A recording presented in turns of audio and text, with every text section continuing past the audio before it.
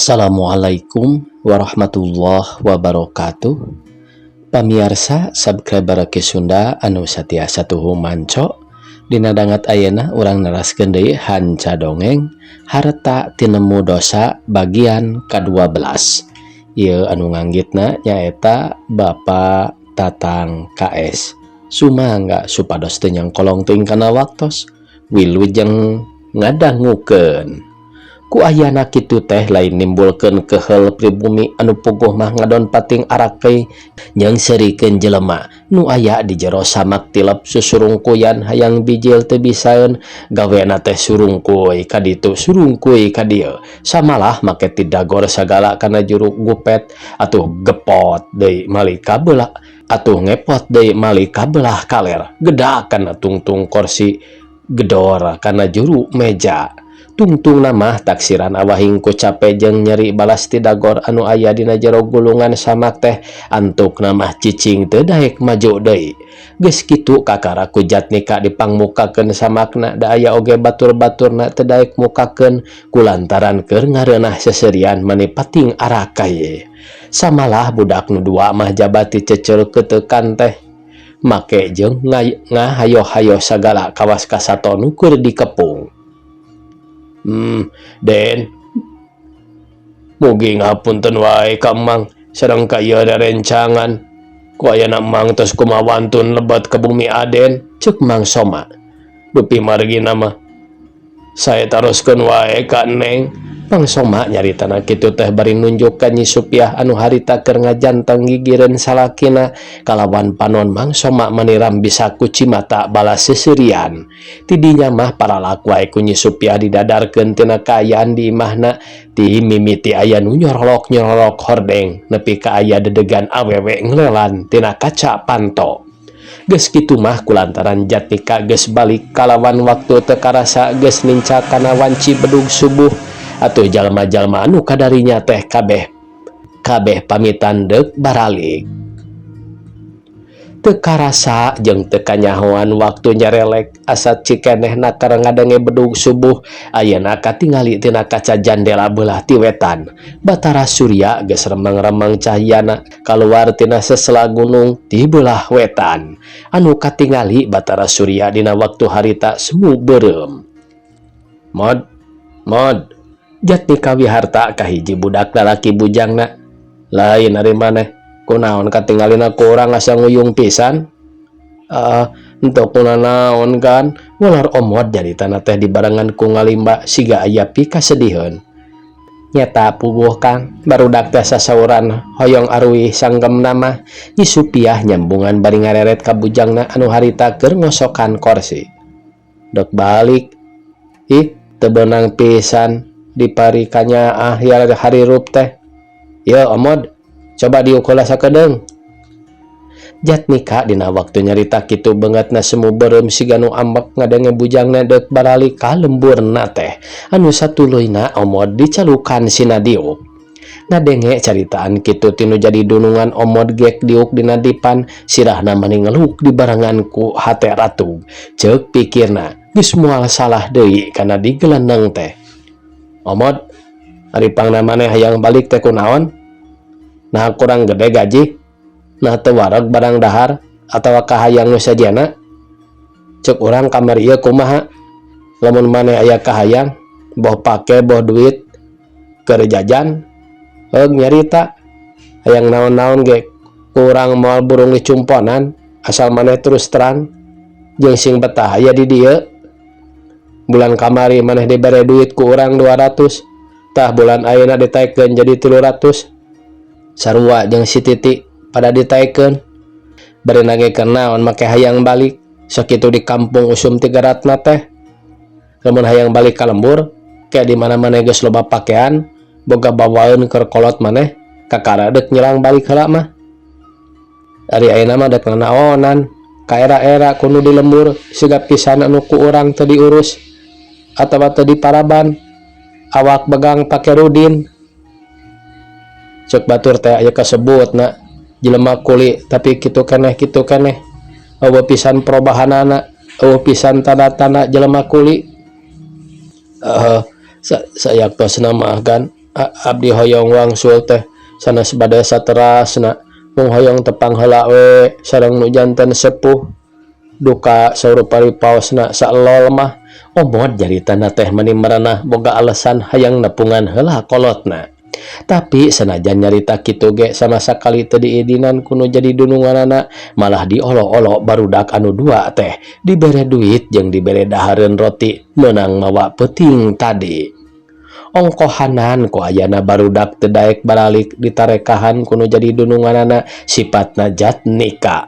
Mun kitu teh mah eta barudak anu dua teh diparabunan sangkan jadi poho teu hayang baralik ka lemburna. Anu saenyana eta barudak sanggeus ngadalahar roti pamere ti dununganana ngadak-ngadak jadi marah mai deui samalah bujang nu awewe mah anu katelah nyetiti make nyebutkeun betah turun moal deuk incah balilahan deui ti dununganana.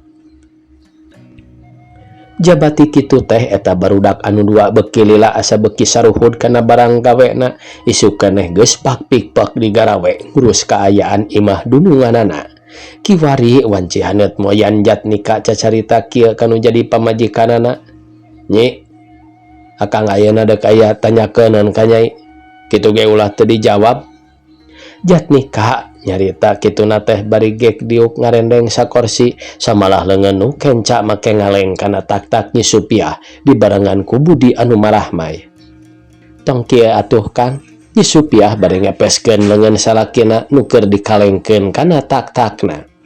Dicarek kitu teh anggur ngahajakeun ngaleng deui kana tak-tak kalawan sukuna sabelah ditumpangkeun kana pingping Nyi Supiah.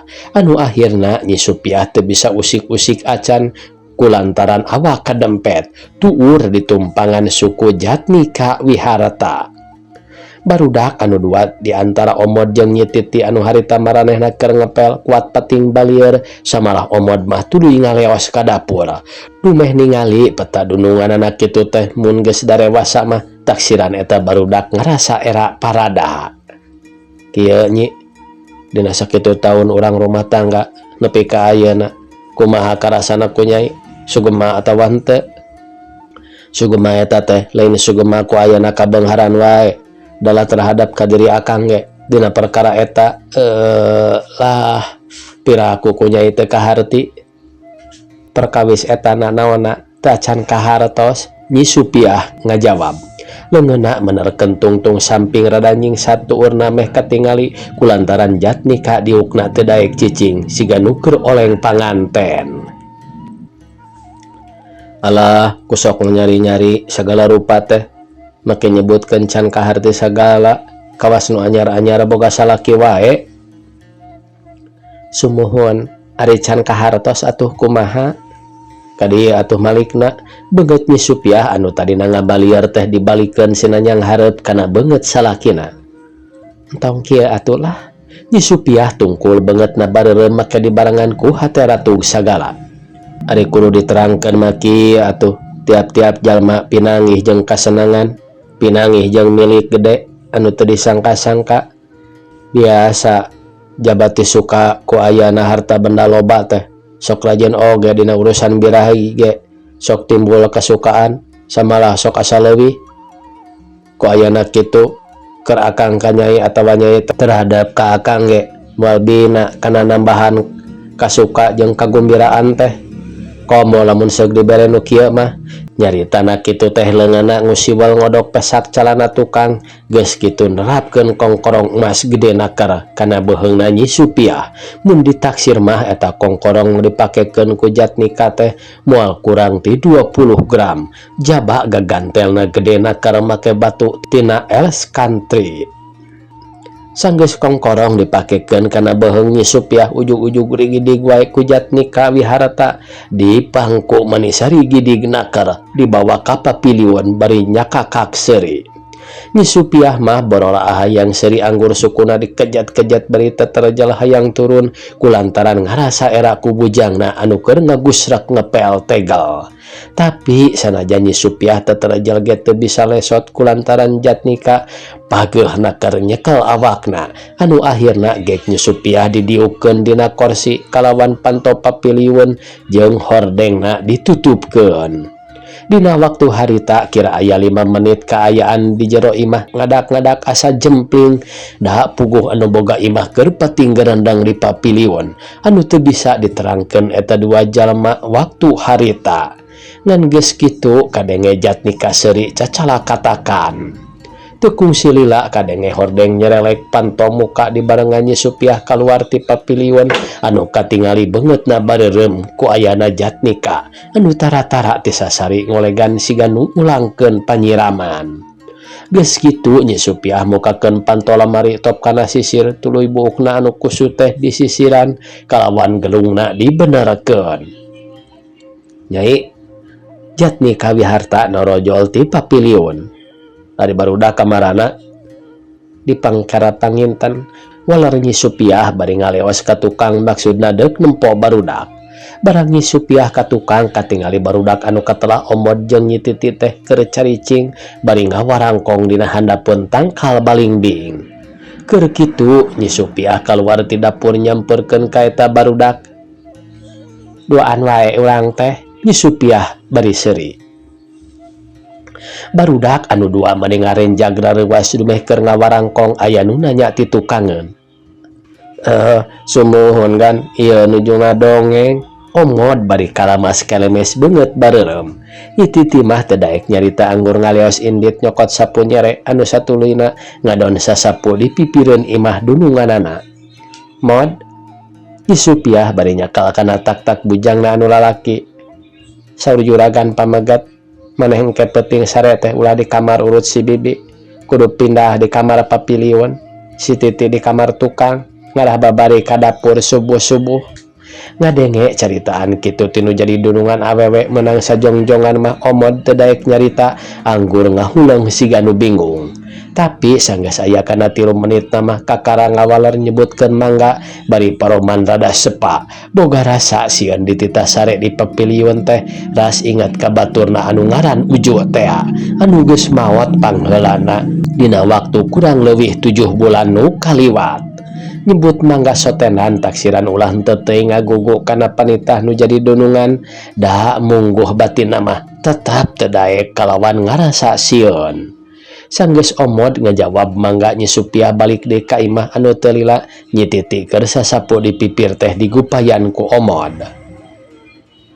Ngomong naon cenah juragan istri teh mod? Bujangna nu awewe nanya bari luak liek sieun kanyahoan ku dununganana dumeh ti tadi eta barudak anu duaan teh keur ngawarangkong. Anu tayalian ngawarangkong ngarasa betah aya teu betah aya caricing di imah dununganana teh. Ari betahna eta barudak anu dua ku ayana anu jadi dunungan lalaki kaayanakeun siga nu nyaheuna keur make daek barang bere dahareun atawa duit sagala. Da biasana mah di mana teuing daek barang bere kanu jadi bujang. Ngan teu baretaheunana teh boga rasa keung wungkul komo ari deuk nyang hareupan peuting sigana teh mani ngarasa sungkan nakar. Tiap peuting kurang sare kulantaran sok mindeng ngadenge sora nu teu puguh. Har itu omod ditanya teh anggur ngahulang juragan bieu nyarita naon ka omod. Nyi Titi nanya deui bari mencrong kana beungeut baturna anu harita keur ngahulang siga nu bingung nyaritakeun. Eta juragan istri nita ka kuring isu kudu milu jeung juragan pamegat kadayeuh cenah madeg dipangmalikeun pakean keur urang. Walar omod jaritana ngabohong kulantaran ceuk pikirna lamun diterangkeun sakumaha caritaan ti dunungan awewe kana tangtu eta baturna moal ludeungeun sare sorangan di kamar tukang. Nyi Titi ujug-ujug belengeh wae seuri ngadenge caritaan ti omod kitu teh boga rasa percaya yen dununganana bakal pangmalikeun pakean keur manehna. Can puguh ge dipangmalikeun Titi mah geus seuri. Da moal dipangmalikeun maneh mah hayo. Kan wae moal dipangmalikeun ku juragan pamegat mah deuk menta wae uing mah ka juragan istri. Titi bari ngaleos indit. Sanggeus nyarita kitu Nyi Supiah gegerewekan ngagegero bujangna tina jandela bari ngagupayan ka omod anu harita keneh ge disampeurkeun. Nya kitu deui sajabana ti omod teh Nyi Titi ge digegero sina ka ari mah. Bade naon kan? Tanya omod meh bareng jeung Titi. Geula dalahar kadinya. nah telah lapar sakieu geus berang teh. Si Titi jeung si Omod mah moal ge hayang dalahar nyi kulantaran bakal boga pakaian nu anyar. Samalah si Omod mah geus janji ka akang di mana dipangbalikeun baju deuk puasa cenah menang saminggu mah nya Mod. Jatni Kawiharta ngabanyolan ka bujangna. Di banyolan kitu kudu nunganana teh teu daek ngawaler anggur ngaleos ka dapur bari mesem. Geus kitu mah eta barudak anu dua teh dalahar di dapur meningali mednakar bangun nu paronyo kulantaran daharna geus bareurang. Kirawan Ciasar sabada Jatni ka tas ti cai kalawan geus saged disalin ku pakaian nu bersih gek diuk dina kursi. Leungeun nu katuhu ngarongkong kana gelas nu dieusi cai kopi haneut keneh tuluy diuyup. Geus kitu nyabut rokok sabatang tina bungkusna. Rupina ayeuna mah moal angkat-angkatan Kang, teh nyanyi Supia anu keur nyisiran hareupeun kaca enteng tualet teh ngalieu ka tukang. Ari tadina mah heueuh akang teh moal ka mamana ngan teuing sore ieu teh boga rencana jeung Babah Liang Jin nyaeta perkara jelema nu nyokot duit bareto teh bejana aya di Tasik nyaeta di lemburna. Maksud akang ayeuna jeung si Babah dek disusulan ka lemburna sugan bisa mulangkeun deui duit anu geus dipake ku manehna. Lamun teu disusul tutumaneun jeung ongkohanan sanggeuk teuing make kudu rugi teu pupuguh. Da lain duit pangaji 100-200 perak. Da ieu mah make aya kana 20.000 na. Encan injeman manehna anu 1.000-2.000 can diperhitungkeun. Ular Jatni ka bari ngatrukeun sekar rokona kana asbak beling. Kumaha ari akang ongkoh hungi ieu mah moal ka mamana tapi ayeuna sasauran dek angkat deui nematak naon deureuh sawengi mah etang-etang istirahat ulah dugi katras-trasan teuing usaha teh pepeuriheun cara batur mah saminggu sakali ngadoni is di Cipanas atanapi di Bogor. Upami kitu samodel baheula keur urang sangsara pantes bade soson-soson ge milari kanggo keperyogian rumah tangga. Abdi mah nyarios kitu sotenan ngaraskeun wae kanu janten salaki dari tos nomro mah moal saha nu katempuhan moal saha nu ngaraoskeun tangtos urang-urang keneh. Keun atuh urusan eta mah sina dilareskeun ku si Babah sorangan. Ongkohanan kanggo akang mah tadina ge teu terang-terang si Babah masihan artos ka eta jalmi teh. Bener ari kuku itu teh mah ngan lamun disusul ku si Babah sorangan moal baleg jeung ngarasa hariwang bisi kumaha onam di dituna. Leheung lamun anu didatanganana sadar kumaha lamun seug malik ambek samodel jalma anu selon nepi ka si Babah datang ka dituna diteunggelan. Malah najan jeung akang ge ka dituna moal akang sorangan marangan si Babah tangtu akang leuk nyamper babaturan jeung kekenalan akang ti bagian alat negara.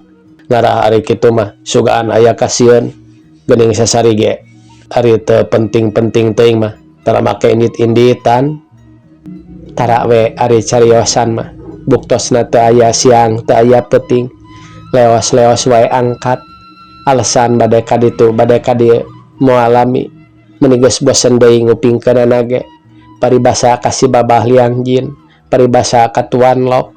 Eta merenya akang mah boga kikindewan nu herang-herang geus teu aneh jiwa lalaki mah abong kena aya kasebutna lalaki mah kawasa batan ti awewe.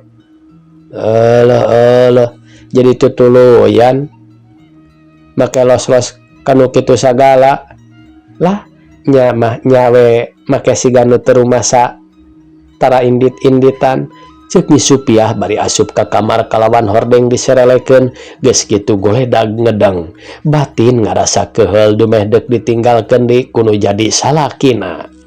Jatni Kawiharta sanggeus ngadenge caritaan teu nu jadi pamajikanana kitu teh teu daek nembal deui nganjung wae nangtung bari ngojeng kang lempang ka beulah wetan. Geus kitu panonna mencerong kana almenak samalah make dibukaan sagala siga nu ngilikan kana tanggal atawa bulan anu baris kasih ngahareupan.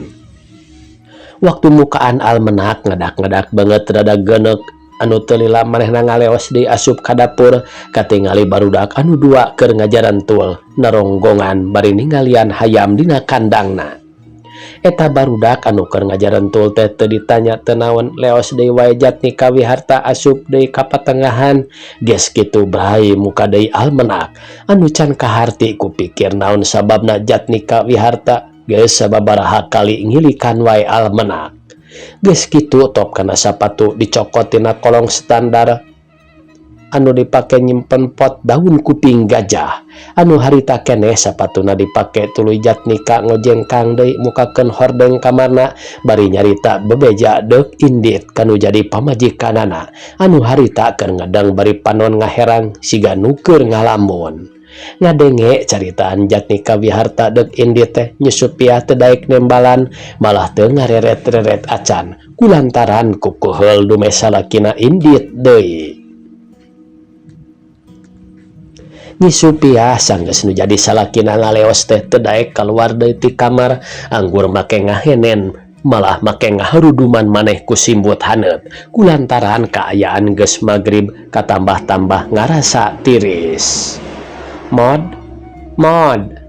Omod Nyisupiah ngagegero bujangna ti kamar. Bade naon gan? Tanya Omod bari norojol ti kamarna nyamperkeun kanu ngagagero kitu ge teu wanian asup ngan sakadar ngajanteng di lawang kamar bari sirahna nonghol nempok ka jero anu kasampak dunungan awewe keur ngarengkol. Gada tutup-tutupkeun jandela heug sakalian hordengna tutupkeun deui.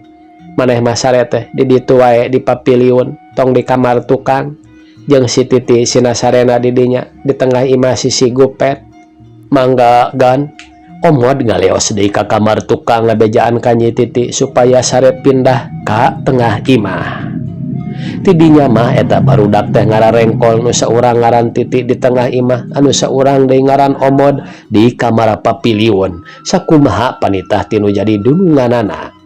Waktu harita kira wanci isa dununganana geus jempling taksiran geus sare nya kitu deui keur Titi geus nyegrek kerek bari ngagojod disimbut. Tapi pikeun Omod mah najan panon diperem-peremkeun ge oleh teu daek sare anggur jadi buringas pituluheun sama sakali jarauh anggur nyileuk bari panon mencrong kana cak-cak anu keur kakarayapan dina tembokan.